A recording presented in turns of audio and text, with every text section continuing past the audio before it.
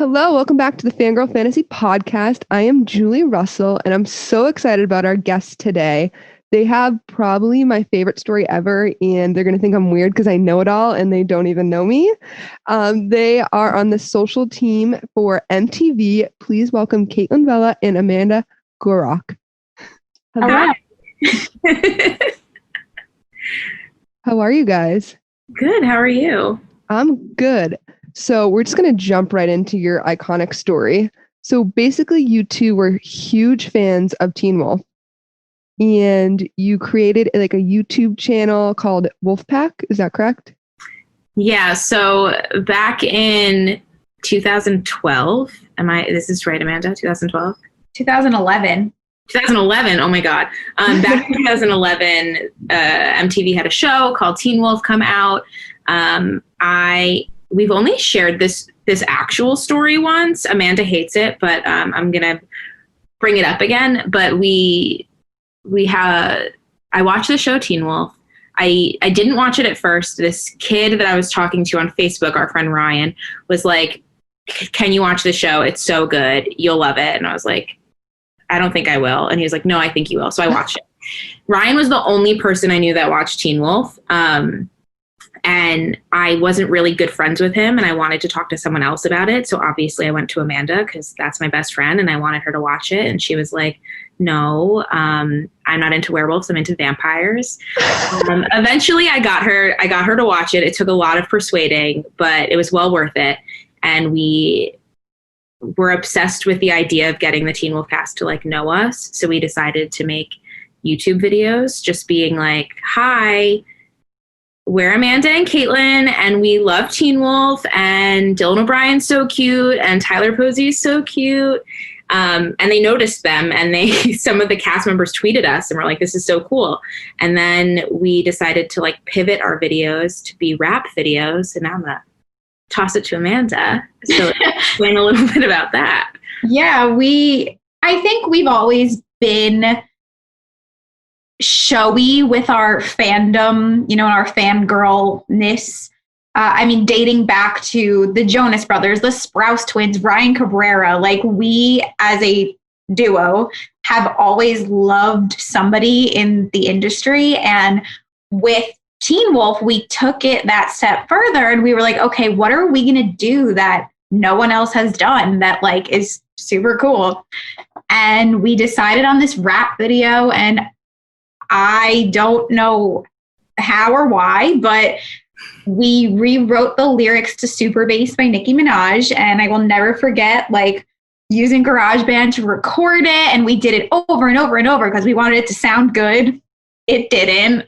We lost all the video footage. Yes, we lost all the video footage. And then we were actually having people come over for a Pretty Little Liars get together. So like another instance of us just like doing something because we were huge fans of a show.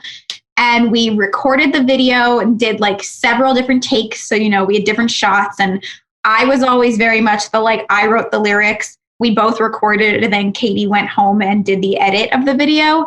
And after we posted that, it kind of like took off. And that was really the start of all of our future videos, which I think we must have over like 50 raps at this point. Something like that. And that was our thing. That was the thing that nobody else was doing, that we said, like, we are in this space by ourselves. We are making rap videos about Teen Wolf and no one else is doing it. Would you just tweet those videos out? Because that's when Twitter was huge. I mean, I had to go through my Twitter and like delete every spam tweet that I've sent. So that was like when you would like live tweet with like the cast, and was that what you guys were doing, is just tweeting out the links? Yeah, we had like, at the time, I don't think we knew what promo plans were, but we definitely had like mini promo plans where I would be like, "Okay, Amanda, I'm going to take these 3 cast members. You take these 3 cast members. I'll tweet them. You tweet them." And that was back to when Twitter had only like 140 character limits. The link would also take up half of those characters. So we had to try to be like so sneaky of how we did it. We'd split the cast up. We'd tweet them out. And then we would just hope for the best. And shockingly, we had gotten so much love from the cast and then also the MTV account and the Teen Wolf account. And it was summer of 2011 into the end of 2011 that this was like starting. And I remember I was so excited over how many tweets that we were getting that I would take a screenshot every time. And I had an album on my Facebook account called Teen Wolf, and it would be like, MTV followed you on Twitter, and it'd be like, screenshot, look guys, look what happened. And it would be like, MTV followed you on Tumblr. And I'm like, screenshot, look what happened. And I think that too was at the time where we didn't really realize that there were actual human beings behind accounts like MTV and Teen Wolf. And it was like so mind blowing to both of us that we were kind of like, this is like a thing that you can do. Like, this is someone's job. And so it was in about like September or October of that year, they had someone from MTV had gotten in contact with us and asked for our emails and had said, like, we would love for you to come to the MTV studios in Times Square for a tour. And we were like, oh my God, this is sick. And while we were there, they told us that they were going to bring us to the set of Teen Wolf, which was like huge for us. But I think like one of the biggest takeaways from that like little period of time of being at MTV was like, wait, this could be a career path that neither of us were thinking of at the time.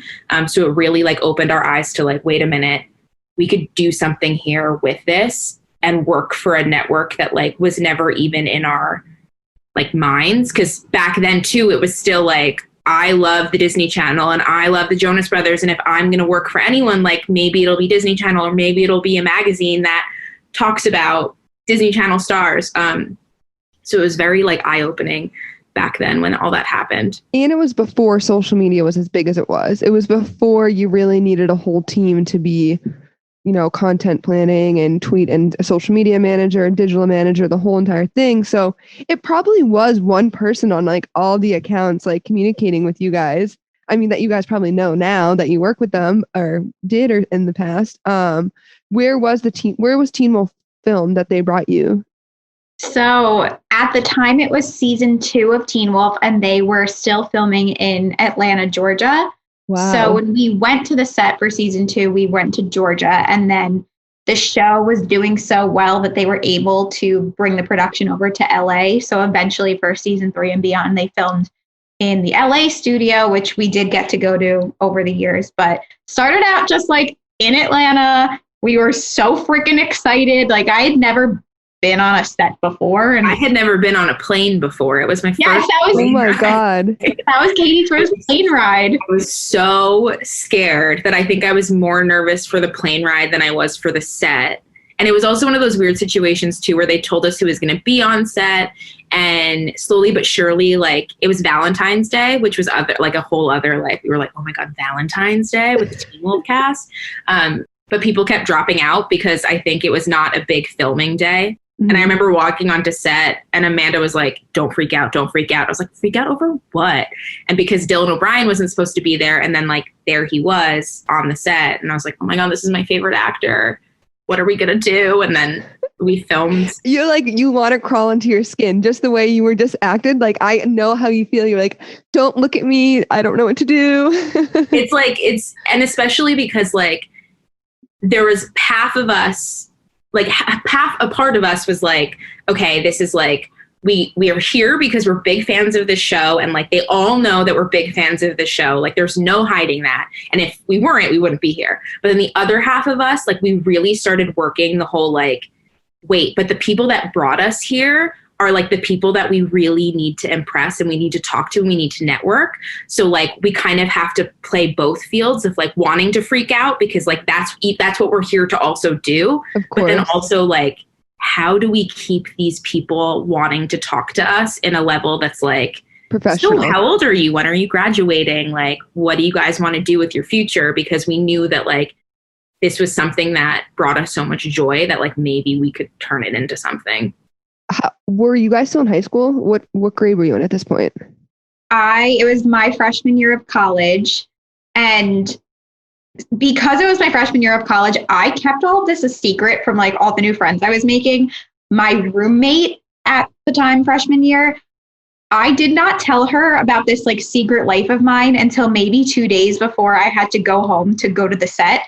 And I was like, hey, I rap on YouTube and I'm being flown to the set of the show I rap about. So like, you just need to know that. So freshman year of college was very strange for me because of the fact that like, it was this whole new life. And I was also kickstarting this Teen Wolf journey where suddenly I'm like, I'm a freshman in college and I always thought that I was going to be like the editor of 17 magazine. And now suddenly I want to run MTV and Teen Wolf's social accounts. And Katie is a year older. So you were... Yeah, I was a sophomore in college. So I had it a bit easier because I was already in school and also my walls were already plastered with Teen Wolf. And I also tweeted that summer so much about Teen Wolf that I remember random people would like friends of my roommates would be in my dorm and like my roommate would go to the bathroom and I'm like, I don't know this guy. And he'd be like, by the way, I love Teen Wolf. And I'm like, what? But it was also a weird point in my life because I was undecided going into college of what I wanted to major in. And I was at the point, because it was like kind of halfway through sophomore year when we found out we were going to go to the set, that I had to make a decision. And at the time I was going to go to school to be an English teacher and I was not enjoying my English classes at all. And when I sat down with my advisor, she was like, you have to make a choice. Like you have to pick something. And I remember I used to joke like, can I major in Teen Wolf and minor in Selena Gomez? Like, what can I do here? And she was like, well, what do you like to do? And I was like, ma'am, if I'm going to be perfectly honest, the only thing I really like to do is rap about Teen Wolf on the internet. And tweet it to them. Right. And she was like, what? And so I explained to her what I was doing. And she was like, you do realize you're doing free PR for MTV. And at that point, I knew that PR was something my friend was majoring in, but I didn't know what PR was. So I was like, that's cool. I don't know what PR is. And she was like, well, it's public relations and it happens to be a major here. And I went, okay, cool, I'll declare that. And she was like, that's it? And I'm like, yep, that'll be my major. And so like, if it wasn't for even like making these videos and doing that, like both of us don't know where we'd be, but I don't even know what I would have majored in college. You're teaching English over Zoom right now. Right. I have no idea. So it's crazy that I was just like, yeah, I like to make raps about Teen Wolf. And she was like, well, there's a major here that aligns with that. So go forward. At what point through this whole process did they finally, did you like ask for a meeting with MTV and the Teen Wolf? Like what got you guys to like them take you seriously and sit down and have a meeting with you?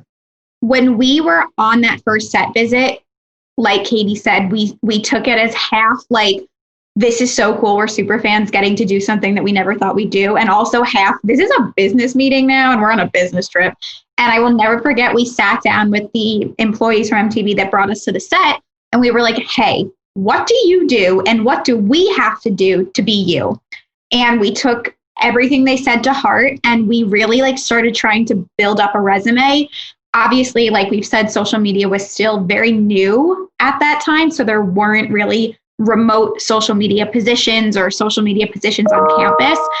But we definitely started to write for like blogs and really build up a profile of we can write and like, you know, that we are passionate. And every summer they would take interns. And so we did apply when Katie was going into her senior year. Katie was going into her senior year. I was going into my junior year of college and we applied to be interns. And at first we both got denied and we were like, oh no. We were so like, first of all, we didn't realize that we were technically in competition with each other because there was only one internship position. But we were just like, yes, this rocks. But we were banking on it so much that when we both got denied, we were like, oh my gosh, like, you already had every scenario going on. You had that internship. Everything we did was for this.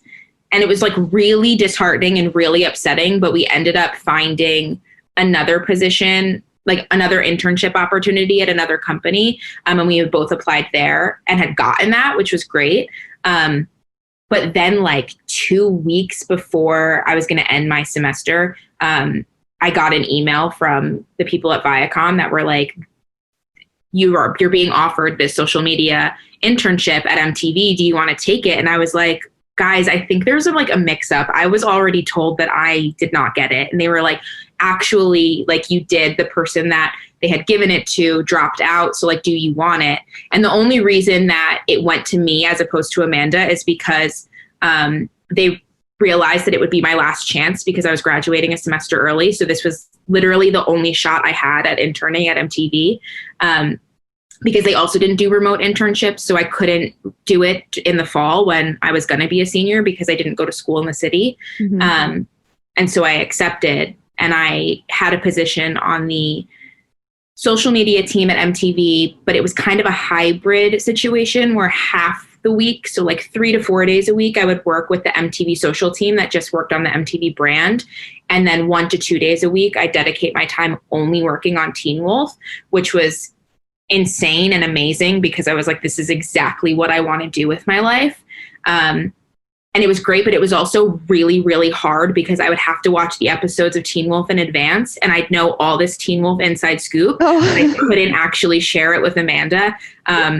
Because that's technically not allowed. Let me preface that she's the kind of person that, like, if you say you can't tell anyone, like, she wouldn't even tell me. And I used to get so offended that, like, obviously I would keep the secret. Like, I thought you can't tell anyone. You get a +1 with that. Yeah. So she never told me anything. I used to be, when they were going to kill off Crystal Reed's character, Allison, it was announced, I think, that somebody was going to die. Mm-hmm. And I would call Katie. I called her crying one time. I was so sick. I was so sick. And I just, like, needed to know, and I'm hysterical. Like, are they going to kill off Derek Hale? Like, can't you just I remember specifically, there was a period of time where it was kind of seeming like Dylan O'Brien's character was going to be killed off. And she was on the phone crying, so mad though too. She was upset and mad, and she was like, I don't know how you wake up every day knowing that Styles is going to die. And I was like, I don't know what to tell you. Oh, she was very good at keeping the secrets, but thankfully I ended up applying for the internship the following summer. And I got my internship on my current team, which is the MTV shows social team. Mm-hmm. So whereas Katie works with the brand, I work with the shows. And back then it was, Teen Wolf and things of that sort. Now I'm doing a lot with Jersey Shore. I do a lot with Teen Mom, Siesta Key. So we both have different teams. We both ended up doing like the one thing we wanted to do, where Katie ran MTV's Twitter for like 100 years. And I got to run all the Teen Wolf accounts for the final season, which just like meant the world to me. So it's just crazy that we used to be like, is there an actual person like behind these accounts? And then you. And then we were the people behind the accounts. Did you guys get hired right after your internships? Like, did you get hired as soon as it was finished, and then you went into your internship after? So I finished my internship. It was summer of 2013. So I worked from May of 2013 to literally the very end of August. They extended my internship as much as they could. I remember I drove up to school on a Saturday, drove back down home, and went to work the VMAs in the city that Sunday, and then had to drive back up to school for my first day of classes the next day. So it was like very much exactly like how much time I could be there. And then while I was back in college for that last semester, I kept making it very known, like, I have one more semester of college left, only one more semester. That's like 4 months. What are you going to do? Yeah. And they had contacted me in October that they wanted someone to be live tweeting the shows from the show accounts at night and from MTV. And so at the time it was like Girl Code and Awkward, and like, I think it was like Snooki and JWoww. And so I would hop on each of the accounts at night and just live tweet them, which was amazing because my friends would be like, let's go out. And I'm like, so sorry, I have to watch Jersey Shore tonight and tweet it and get paid to do it.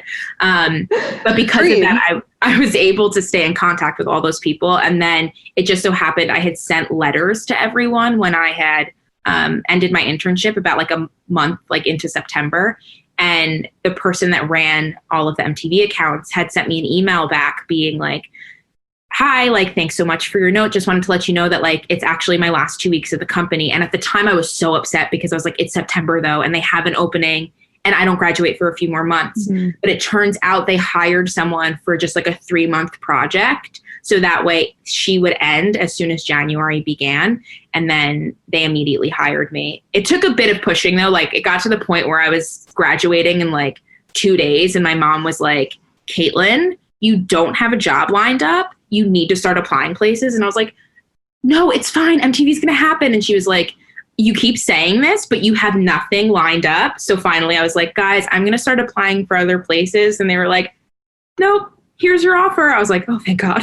Imagine having that much pull on MTV though. Like, just it's very bizarre when you think about it. If you don't hire me right now, I'm going to go somewhere else. It's bizarre though, because I'm like, I think I probably should have had like a proper interview or like application situation. But I also think times were probably like a lot different then. It's like you were saying, like, I think we lucked out immensely that the social world wasn't as crowded as it is right now, or else our videos would have just been sitting silently on YouTube forever. But then Amanda has I feel like similar but slightly different situation when it came to you getting your job. Yeah, I did my internship. It ended the summer of 2014. And then I ended up doing exactly what Katie did, where I live tweeted a bunch of shows. And like, I was like, okay, we're going out at 11 tonight and I have to live tweet ridiculousness from like 10 to like 11. So I'm going to live tweet and then I'm going to run to the bar. And like, it was crazy, but I was so excited to be doing it. And when I graduated in December of 2014, I like sent an email to my boss and I was like, hey, I'm graduating. I would totally love to work for you. And he at the time was very much like a big jokester. So he was like, oh, I don't think I have anything, like, but if you want to work in product development, you totally could. And for about like 3 hours, I was Googling like, what is product development? I was calling my parents. I was like, should I just take the job so I can get my foot in the door? And it was a joke. But he basically said, I don't know if I'll have anything and I'll have to keep you posted. And that was like early December. I graduated and I started applying to the most random jobs because I was like, I just graduated college. I need a job. And I would say mid-January, he finally reached out and was like, hello, we'd like to hire you. And I was like, yeah, thank you, God. And then I was like, yes, thank you, God. My friend will be back. So we very much we worked very, very hard to get into, what we're doing now. Of course. But I really, truly do not know any other pairing of friends that had this fan moment that then we were like jobs. And then even though it took, a year between both of us, we both ended up where we wanted to be. And you guys are still both there. Yes. Just different titles now, correct? You guys have kind of moved up a little bit. So what are your positions now? When I started, I was technically a production assistant, and then it was called a coordinator. And I was running all of the accounts for the shows that I worked on. So I did Catfish. I did Sweet Vicious when we had that. I eventually did Teen Wolf. And then when I got promoted, I became a manager and I started to do more of the overseeing of people that ran the accounts. And now currently I'm a senior manager. So I am developing the strategy behind what goes out on all of our show accounts. So for example, for Jersey Shore, if we have a new season coming, I'm the one that's basically developing the content plan. If we're doing a shoot, I come up with all the creative for the shoot. If we're going to build a microsite, we did a Valentine's Day e-card generator, and I have to make sure that we shoot the content gets, sent to the vendor. So it's a whole lot of strategizing, but I very much love that. But it's definitely different than actually doing the tweeting. Yeah. Do you run the Jersey Shore TikTok? Because I love that account. So that would be my coordinator, Alexa, who is, I can't say enough good things about her. I think she is an absolute genius. She's the one who runs all of the accounts. And while I might approve the content or the idea, it's her with all the copy. And I'm just honored to be associated with it because I'm it is so good. I wish I thought of that. It's really, really good. It's amazing, but I can't take credit because she is phenomenal. And then Kaitlyn, what are you doing now? So like Amanda, when I started, I was considered an editor, but I ran MTV's Facebook. And well, there was a point when I was first hired, I ran every MTV platform, and then they started hiring more people. But it was originally, I was the only member of the team beside my bosses. And then I moved up, and currently I'm a senior manager on the team. I ran the MTV Twitter, which was like my focus and my primary, from January of 2014 through June of 2019. So I only haven't been running the Twitter account for about like a year and a half almost. And so now I oversee the team that runs all of our platforms. And I, like Amanda does, I work on like content plans and promo plans and building out a calendar. But it's so funny because the way I like to think of my time running the MTV Twitter is like, when I started running the Twitter, the Jonas Brothers had just broken up. And when I ended the Twitter, their album had just dropped. So it was like I ran the account for the time that they were on a major hiatus that no one ever thought they were coming back from. And then I said, I feel like my job here is done. I got them back together. I got them back together. We're good. I'll pass it off now. Well, you did get to interview Nick Jonas. Oh God. I know, and I'm sorry because I just remember Here's you a brought up meme. bacon a lot.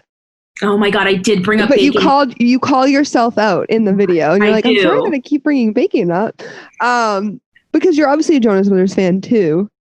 Did you ask to do the interview, or was it just like placed? No, so it was a weird situation where I guess Facebook Live had just really become a thing. And I guess Facebook was having like deals with a bunch of different companies of like, we had to like make a certain amount of Facebook Lives throughout the year that had to be like a certain length. So we started pitching more Facebook Lives with talent. And so we had a talent request of like, Nick Jonas is going to be in town. What do we want to do with them? So like MTV News was like, we'll do an interview. And we were like, let's try to pitch a Facebook Live. And so our hope was that an MTV News correspondent would do the Facebook Live with him, which was fine. But then we were trying to think of like, is there a game that can be played? Is there questions that we should ask? And so me and my team were sitting there brainstorming, and I had his like album listing up. And so I kept being like, well, you know, there's a lot of like, I don't know what the word is, but like this or that type situations there. So I came up with all of these this or that questions. And I was like, and then we can probably like ask the Twitter audience to ask him questions. And we came up with this whole list. And one of my bosses was like, well, why don't you just do the interview then if you know all of this already, and if you came up with all these questions? And I was like, I don't know that I'm qualified to do that. I had interviewed like Fifth Harmony a few months or like a year before, and I never even saw that footage. Like it just died somewhere. So it's like, I don't even know that like you guys are gonna want this at all. And they're like, no, it's gonna be great. You do it. And I was like, okay, sure. Yeah, fine. I'll rock it. I made Amanda come with me to the actual. Amanda. I was like, Amanda, I'm sure she had to pull your arm. I will be there, because at that time I didn't have a photo with any Jonas Brothers. And like, you know, all of our friends were meet and greet central, and not us. Yeah, neither of us. So I was like, one, I get to watch Katie interview Nick Jonas, which means I get to sit in the same room as Nick Jonas. And then on his way out, all I wanted was a photo. Like that was all I wanted in my whole life. And it was right before my birthday. So it's like, it'd be a great birthday present for me. And Katie was like, Nick, can you take a photo with her? And I was like, yes. And then even like someone who has now since then has become one of my bosses. She was like, can I have a photo with you too, Nick? And I was like, I'll take that photo too. But yeah, it was one of those things where I was like, I don't know why you guys asked me to do this. I've never done this before. I was so nervous because I was like, there was no one said anything of like, you can't talk about, like, I feel like there's a lot of times celebrities come through and it's like, don't touch on this subject. Make sure you don't mention this. Don't do this. And no one, especially with Nick. But no, like you would have a list. no one had said any of that to me. Like, no one was like, hey, you can't do this. It was kind of just like, we want to see the questions in advance. And I was like, that's fine. But as a fan and as someone who like loves the Jonas Brothers and knowing like it was obviously his album, it was a solo album, had come out. There was all these like rumors about what happened with the Jonas Brothers. I was like, there are topics to avoid, Kaitlyn. Don't ask him a question about the Jonas Brothers. Don't talk about the Jonas Brothers. Don't talk about any girl he's ever been associated with. Like, don't do this. So I had all these things in my head, and it was, it's easy to put it in your head, but then when he's sitting in front of you, you're just like, bleh. Well, the worst part is I was pulling all these fan questions, and I was like, okay, yeah, Jonas Lover 75 wants to know this. Manda Bear wants to know this. And I was like, this is great. I got this. And like an idiot, I was avoiding like Selena Gomez 26 wants to know, because I'm like, I'm not going to say that. Yeah. But I didn't realize, what is it, 25 days to 11 nights into June. 11 nights in June. So I was like, That's 11 Miley. nights into June wants to know. And at that point, I was like, that went over my head, because I'm looking at like Cyrus Gomez. Like, I'm thinking of like Joe Jonas 25. Like, I'm not going to do that. And of course, I didn't catch 11 nights in June, and neither did his team if they were thinking not to. But then I was like, why is like Heather tagging me in this tweet of these screenshots, and everyone's cracking up, and I'm like, Amanda, I don't understand what's happening. And she was like, oh my God, wedding bells. It's so good that you didn't realize it in the moment, and you could just you didn't realize till after, and you could like shake it off, and he didn't realize. No, I was too busy focusing on bacon. It was a good interview. You did a great job. Like, I would have had word vomit, not been able to do it. Like, the one thing I do know is that the whole time I'm in like a rotating chair, and I'm just going like, I'm just pivoting the whole time, like moving back and forth. I'm like, someone get that girl a stable chair. Besides working on Teen Wolf, what has been like your most memorable thing that you've got to work on, or a project or an event that you've got to gone to or do with MTV?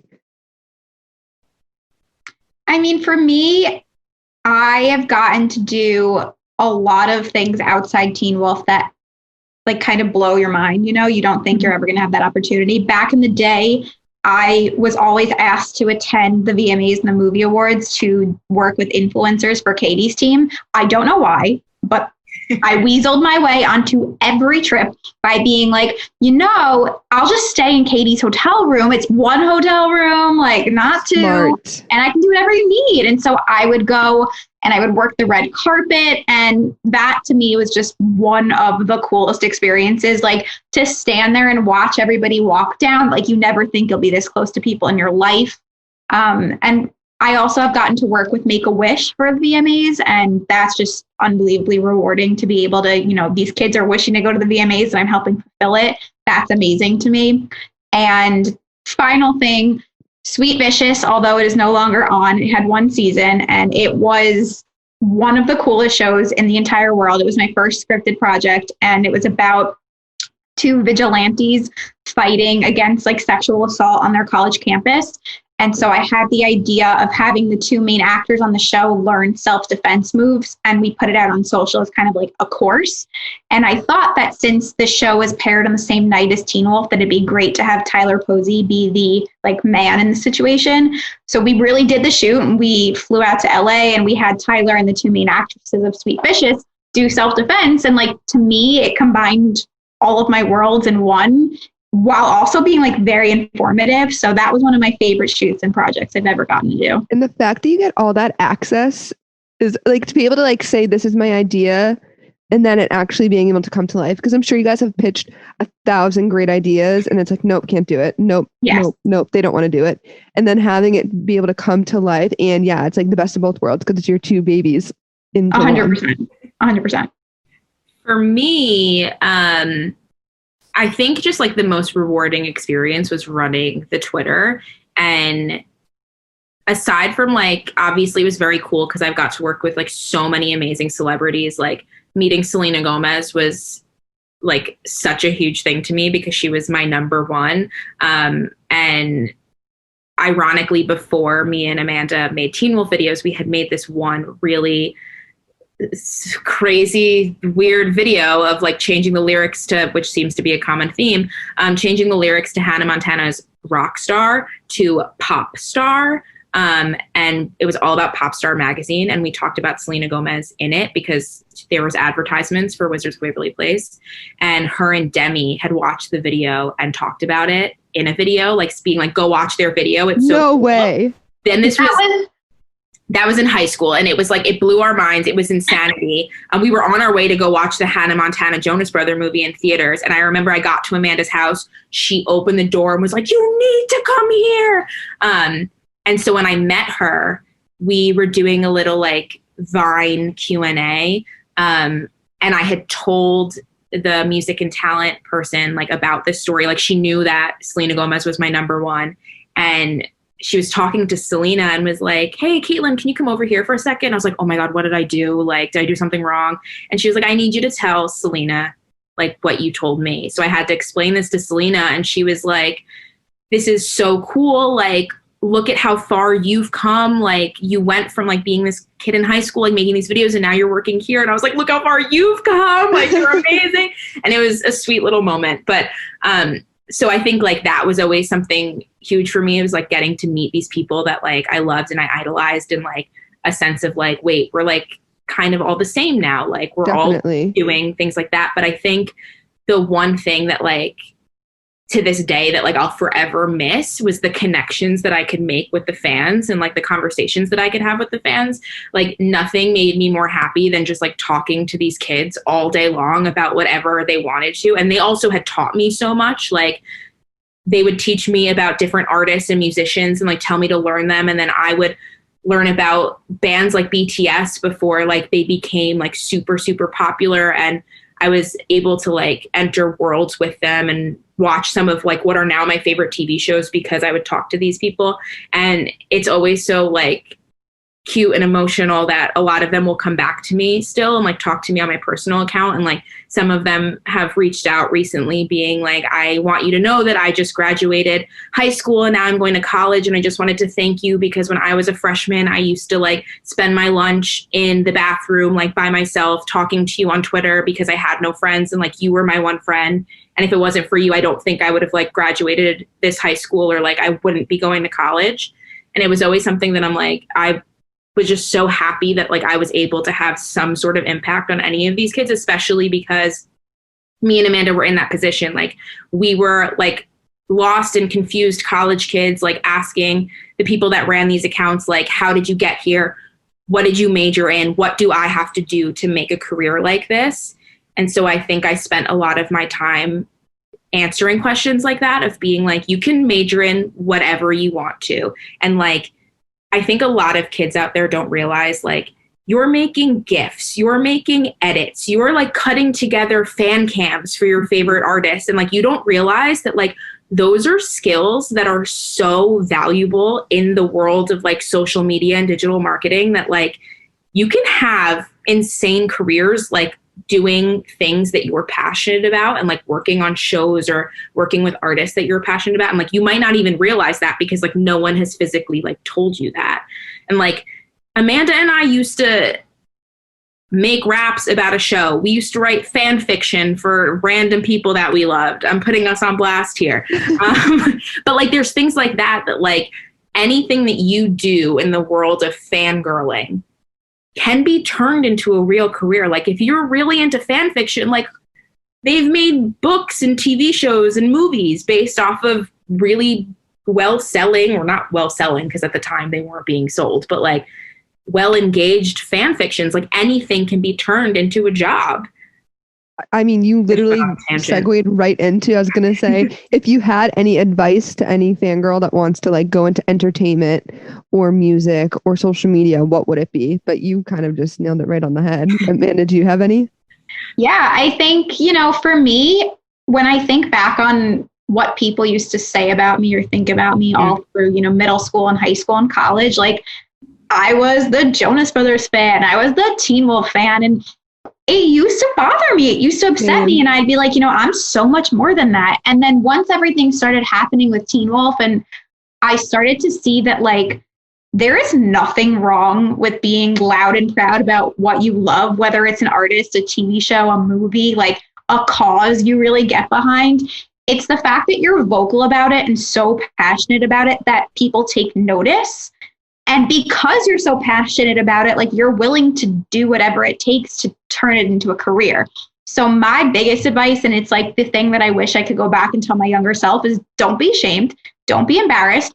Promote the hell out of yourself, because if, you know, no one else is advocating for you the way that you can advocate for yourself, and just like reach out to people, talk to people. I, like Katie said, I still get a ton of Instagram DMs, tweets of people being like, hi, I'd like to know like how you're doing what you're doing. And a lot of the time I answer because it's like, I wanted to know back then how I would be doing what I'm doing now. Definitely. So it's definitely just like unleash the fangirl. Like, who cares what people are saying about you? Because honestly, if you would have told us the day we made that video that like one day you would be working at MTV for, you know, 6, 7, 8+ years and like have a legitimate career and be like prominent in this space, we probably would be like, no, you like, what are you talking about? No. And so it's just like, do what you love and go after it, because you literally never know what could happen. Like, as we said earlier, this end goal was not our thing. Like, we never anticipated. Our literal goal was like, will Dylan O'Brien and Tyler Posey tweet us back? Like, that's all we want. We just want them to know we exist. But did they ever tweet you back? Yes, they have. And I remember I died both times, but even when we found out we were going to the set, they had showed us a video clip of them, and like it hit, like they hit play. We were in a conference room and it was like, hey, Kaitlyn and Amanda. And then the video shut down and like the computer like crashed for a second and everyone was scrambling. And I was like, I don't, like, Dylan O'Brien knows my name. Like, I don't care about anything. I don't care what this video. And they were like, no. But yeah, exactly what Amanda said. Like, I think my biggest advice is like, if you're passionate about something, regardless of what that is, like, be open and vocal about it and don't be afraid to show that, because if it wasn't for like our passion for Teen Wolf and being so outwardly vocal about how much we love the show and like doing everything we could to get everyone, because it wasn't just also about like getting the people at MTV and the cast to notice us. It was also like wanting to like engage with the conversation on Twitter with other fans and things like that. I think that, like Amanda said, like when we were in college, it was very like, I remember when I was going into college, like people in high school were like, are you going to like give this up now? Like this whole Disney Channel thing. And I remember I wrote my college essay on the Jonas Brothers. Like, I remember writing that essay and telling my friends who were like, I'm writing it about this. I'm writing it about soccer. I'm writing it about like this cool thing that I did or this trip that I went on. And they were like, what are you writing yours about? And I was like, the Jonas Brothers. And I had people that like looked at me and said, when you don't get into college, that's what you have like to blame, is the fact that you did that. I would just mail that letter back to whoever said that to and me. I remember like one of the colleges that accepted me, like my acceptance letter had a Post-it note on it, and the Post-it note was like a handwritten Post-it note, and it said the Jonas Brothers would be so proud of you. And I was like, what? Thank you. Which means they actually read. Right. That was like number one. I was like, so you read my essay. But it's like things like that where like, and then I went to college. I think like it was like, okay, well, I'm in a new territory and I need to make friends, but like, should I not tell people that like I love the Jonas Brothers and Selena Gomez and Justin Bieber and Miley Cyrus and Demi Lovato? And I think my freshman year, I was a little bit more like reserved of that because it was so much like, I don't know where I fit in here. But my sophomore year, my dorm room walls were a mess of like Jonas Brothers. Actually, my freshman year, it turned into that too. At some point, I just like gave up. You stopped caring, and you just you just be yourself. And to be fair, like none of my friends in college liked any of that. Like no one liked the things that I liked in that sense when I was in college. But at that point, I was kind of like, I don't care. Like I'm going to keep doing this, and like, you know, Amanda likes it. We, like my friends from home like it, like I can still tweet about this. And like we said, you know, social media was a bit more reserved. So it was easy to like have a Twitter account and people didn't know it was you. And And even like when I was running the MTV Twitter, fans would always say to me, like, what's your Stan Twitter account? And I'm like, to be fair, the MTV account is my Stan Twitter account. Yes. That's how I feel about running my for. this fangirl fantasy account. Right. It's like an outlet. I can post about Nick Jonas every single day. Right. So like now I don't tweet as often maybe about like crazy fangirl things all the time, although I definitely do that on some level. I'm just a little bit more like aware of it, that I'm like, if I tag Harry Styles in this tweet, there is a small possibility that he will see it. And I don't know. I don't know if I want him to see that. But yeah, it's like we said, it's like, be passionate on social media or wherever your choice is about what you really, really love, because you never know who might reach out to you. Like on our team, like on the MTV social team, for example, we reach out to so many artists that are making just like cool stuff for artists that they love. And then we're like, hey, we saw this cool Fletcher collage that you made and posted on your Instagram. Would you be open to working with MTV for the next month and making some cool collages for us?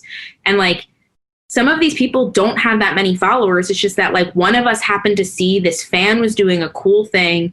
We should do something about it and we should work with them. So like, you really never know who has eyes on your account, which is also to say, be mindful of what you post.